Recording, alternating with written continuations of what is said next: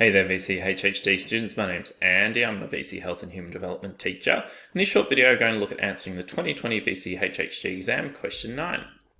Before we dive into Question 9, just a reminder over at the Health Resources Hub YouTube channel, a new video like this one is coming out each day between now and the HHD exam this year. You can subscribe with the button in the bottom corner of the video there and get access to all of those videos. Please let your HHD friends know they can do so too. I'm running the two ACE HHD exam preparation sessions that are coming up in the September break. The first one's less than a week away. You can book a spot to those at book.acevce.com and you'll get your notes posted out to you. You can see our social media links there if you'd like to follow us and get alerts to all of the videos coming out each day, and also our email. Now you can see here question 9 in the 2020 exam was worth 8 marks, and it started by giving you some information on the ranking of diseases in low-income countries, their 1990 rank, and then their 2017 rank. And so you can see there a number of the diseases have gone up from 1990 to 2017, but a number have also gone down. So A was asking for 2 marks to outline 2 characteristics of a low-income country.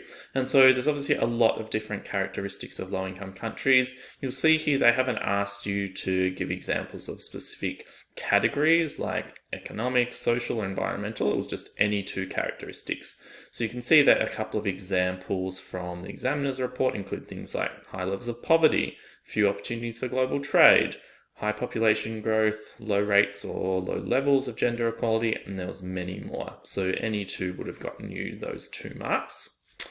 B was then asking you to use one of the diseases listed in the diagram above to explain how the global distribution and marketing of tobacco may have contributed to the change in the percentage of total deaths in low-income countries between 1990 and 2017. So for this question, you had to think about, well, if we're talking about global distribution and marketing of tobacco, what conditions were likely to have gone up in rank, okay, if there was more, okay, individuals consuming tobacco or smoking tobacco. So if you go back and have a look at this list, you can see things like ischemic heart disease, stroke, and chronic obstructive pulmonary disease were all conditions that went up from 1990 to 2017, and they can be linked to tobacco consumption. So you'll see here the examiner's report mentioned that a common error was stating that health promotion activities have contributed to a decrease in smoking rates in low-income countries, whereas that was more relevant to high-income countries. So you should have been focusing on the impact of the global distribution and market of tobacco and more people smoking.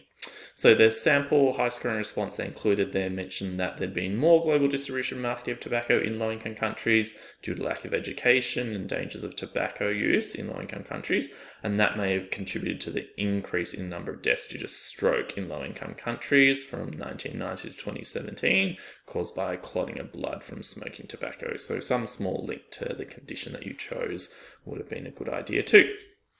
Then C, okay, was asking you for 4 marks to select either tuberculosis or malaria and explain how the biomedical and social models of health may have led to a reduction in the percentage of total deaths caused by that selected condition between 1990 and 2017. So you could have chosen either of these and then said relatively similar responses regarding how the biomedical and social models could have contributed to that reduction. And so remember that the biomedical model focuses on diagnosis, cure, and treatment, okay, whereas the social model is more focused on health promotion and encouraging people to change their behaviors. So you can see here, okay, only 9% of the state was able to obtain full marks, and they gave an example of a higher scoring response. So it focused on malaria, and so they said there the biomedical model helped reduce deaths of malaria as they maybe have been able to create medications and treatments that may have been able to cure malaria and therefore reduced its impact, making it easier to survive. And the social model may have helped by promoting and educating people in ways to prevent contracting malaria through things like mosquito nets and education where they might be most at risk, which could help decrease death rates as less people are contracting it. So remember, you could be asked about a whole range of conditions for the biomedical and social models. And so if you remember the general characteristics of each model, you should be able to apply them in a question like that.